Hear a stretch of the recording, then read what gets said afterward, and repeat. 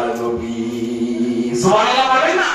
কাফের বেঈমানরা যেই মাত্র আমার দয়ার নবীকে গরব বলতে লাগলো, কাহিন বলতে লাগলো, মিথ্যাবাদী বলতে লাগলো, আমার নবীকে শায়ের বলতে লাগলো, আমার আল্লাহ পাক এবার ডেকে ডেকে বললেন, নবীকে আপনি বলে দেন, কুল্লা ইনজিতামাতিল ইনসু ওয়াল জিন্নু আলা আইয়াতু বিমিসলি হাযাল কুরআন।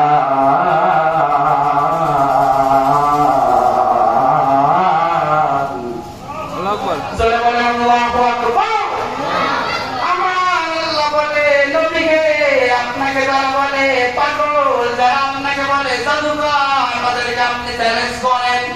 আপনি দুনিয়ার জমিনের সমস্ত কাফের মুশরিক বেঈমানদেরকে বলে দেন, যারা আপনাকে বিভিন্ন ভাষায় অকথ্য ভাষায় গালি দেয়, আপনাকে অপবাদ দেয়, আপনাকে মিথ্যা তুহমত দেয়, নবী হে আপনি তাদেরকে বলে দেন, পৃথিবীতে যত মানুষ আছে, যত জিন আছে, সবাই মিলে তাদেরকে আপনি বলেন, যদি আপনার এই পানিটা মিথ্যা হয়, আপনার পানি যদি জাদু হয়, আপনি সবাইকে বলে দেন তারা কি ক্ষমতা রাখে, কি তাদের মনের অভিব্যক্ত তারা প্রমাণ করুক। পারলে আপনি বলে দেন পবিত্র কোরআনের মতো 30 পারা একটা কোরআন তারা আপনার সামনে পারলে পেশ করুক। সুবহানাল্লাহ বলবেন না?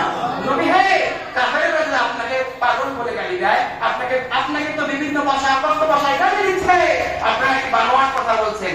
যদি এই কোরআন বানোয়াট কথা হয়, এই কোরআন যদি জাদু হয়, যদি মিথ্যা হয়, আপনি বেঈমানদেরকে বলেন তারা পারলে পবিত্র কোরআনের মতো একটা কোরআন 30 পারা একটা কোরআন নিয়ে আসুক। সুবহানাল্লাহ বলবেন না? এবার আপনারা বলেন কাফেররা কি 30 পারা কোরআন আনতে পারছে নাকি? জোরে বলেন, আরো জোরে। কাফের বেঈমানরা যখন 30 পারা কোরআন পারে নাই, তারা যখন স্যালেন্ডার স্বীকার করলো নবীর দরবারে, আল্লাহ পাক এবার সেকেন্ড টাইম চ্যালেঞ্জ করলেন। আল্লাহ